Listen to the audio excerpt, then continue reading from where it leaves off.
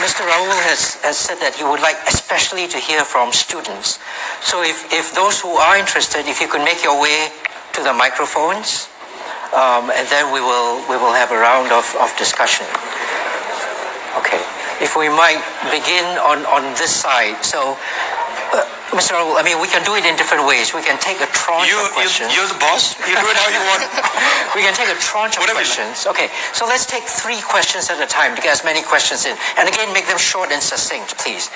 Please, go, sir. In the 1700th century... Can you tell me your name? I'm Yogesh. I work in Citibank. Hi, Yogesh. Hi. So in 1700th century, India was contributing to 30% of the GDP of the world, which was China was giving us around the 44% of the GDP of the world. Now this is a time when there were so many invaders were invading. Britishers were trying to come and planning their idea of exploitation. That time India was contributing 30% of the GDP. Somebody says 30, somebody says 28, I'm taking average. So that time no IIT, no railways, no roadways, no big companies, nothing. But still India was producing 30% of the GDP.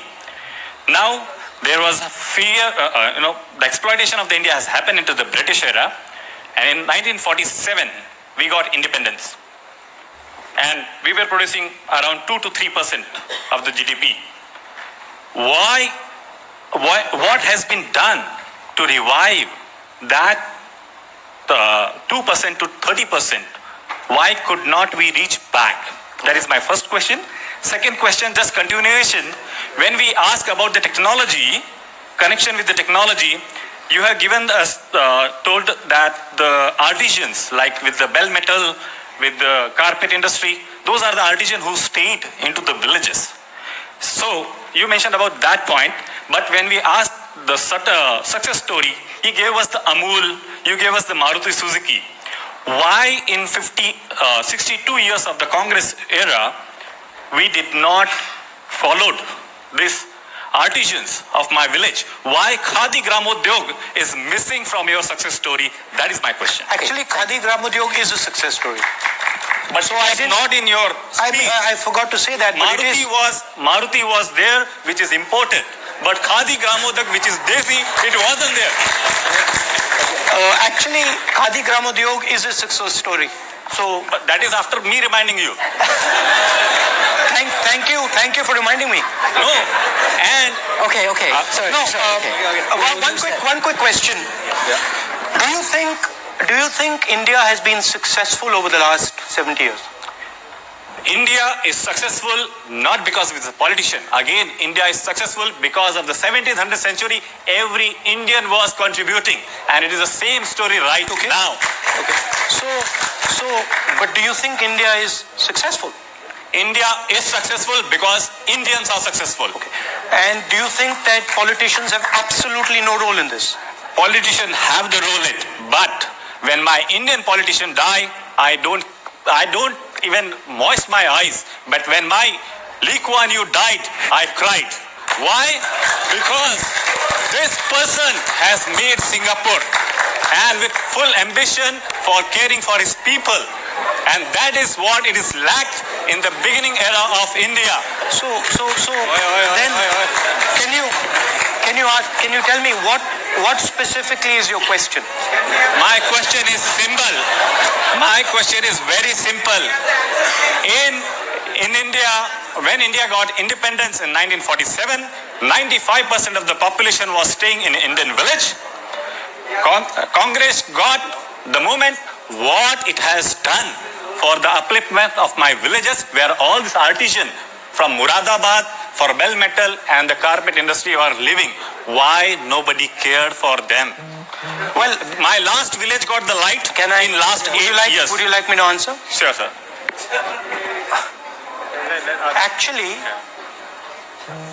Actually, India has been completely transformed over the last 70 years.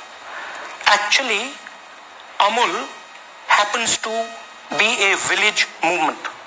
Actually, Khadi Gramodyog is a pretty successful movement. Actually, brass in Muradabad is pretty successful. I am saying, now let me answer. Yes. I am saying that you can completely transform it. How many years did it take India to get to 30% of world GDP? Amul is a success. No. Amul is Answer my success question. in Gujarat. Why? I'm going to have to stop. I'm going to have to stop this because it's not. If I may, Mr. Rahul, if I may, can I? I'd like to invite. Sorry, I'd like to invite someone on this side, but in particular, wait a minute. I'd like the first woman in the line to come forward to the microphone. Thank you.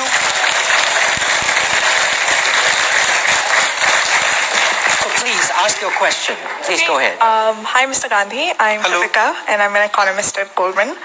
So you've talked a lot about how there were sort of these secretive missions that the Congress had in order to get certain results. And I'm just wondering, a lot of those results seem to be coalesced towards the progress that you made with Kashmir and in terms of industry, etc. So I just wonder, as somebody who's also mixed and of Indian heritage, when you see the current stance on minorities, what do you think the Congress would have done differently? And if you can answer personally, what would you have done differently? The current stance of the government of India, When it comes to challenging minority policies. when the BJP and the RSS have anti-minority policies. I mean, we've been fighting the BJP and the RSS since they began. Mahatma Gandhi died protecting minority interests. The Congress Party has protected minority interests for the last 70 years in India. The fact of the matter is that we lost an election to the BJP. And we do not like an India where people are persecuted, where people are beaten up for what they eat, for what they drink, for what they say, for what they wear. We don't like it, we fight for it. But the fact is that Mr. Narendra Modi won the election. And whether we like it or not, we can contest it, we will fight it, we will defeat him in the next election. But he controls lawmaking in India. He controls the UP police. He controls the Haryana police. He controls these things. And a extremely nasty form of politics is playing out in India. We will fight him and we will beat him. Thank you. And I would like you to know, and I would like you to believe that very soon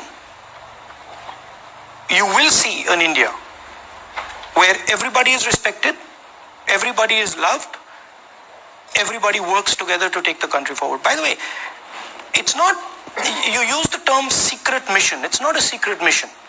It's work. It's secret in that we don't go on a stage and talk about it, but it's political work. Right? So it's not that the thing is secret. Okay. But let me tell you something. I feel what you're feeling very strongly. Thanks. Thank you. Thank you very much. Thank you.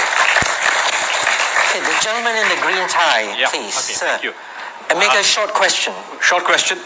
My name is P.K. Basu. I'm the author of a book called Asia Reborn, the first comprehensive economic and political history of the whole of Asia. And my question is this. I also teach economic history to students in several business schools. My question is this. Why is it that during the years that your family ruled India, India's per capita income was growing less than the world average? And yet, in the years since your family relinquished the Prime Ministership of India, India's per capita income has grown substantially faster than the world average. Okay. Thank you. That's a very sharp, succinct question. So, what is your hypothesis? I asked you the question. I'm here to ask the question. That's quite... My hypothesis is in my book. Please read the book. It's called Asia Reborn. I mean, you're giving a hell of a lot of power to one family. No, right. Let me give you one sec. Let me give you an alternative. So since you asked me back a question, let me just elaborate on the question a bit. At the point of independence, India's per capita income was one of the lowest in the world. India's life expectancy at birth was 32 years, the lowest in the world. Africa's average was 38. So, when you are the poorest country in the world, you should be growing faster than the world average in order to close the gap. Okay, if I may interrupt. And unfortunately, during the period of your family's rule, thank you very much. India did not achieve that. Thank you. That's the question. Why? Thank you. I mean, there was a sharp question. You can either decide to take it or not. I can take it if you want. Yeah, okay, go ahead. Do you agree? First of all, do you agree that India is a success today? Of course. You do. A relative success since your family relinquished the prime ministership. Yes. So since then, not before. So you're saying, for example, that I had absolutely no role in Indian politics from 2004 to today. You're saying that? Well, make up your mind. Either I have a role or I don't have a role. You can't give me both options. Please tell us what your role was. Okay, I'm going to. The point is that if I may, let's not have this dialogue. If I may. Could you answer the question? I mean, the question is. May I? Is there an answer to the question? Okay. Yes. Please answer the question. Yes, I've answered the question. Clear question. I've answered the question. I've answered the question. All right. Yes. Listen, I'm going to leave it at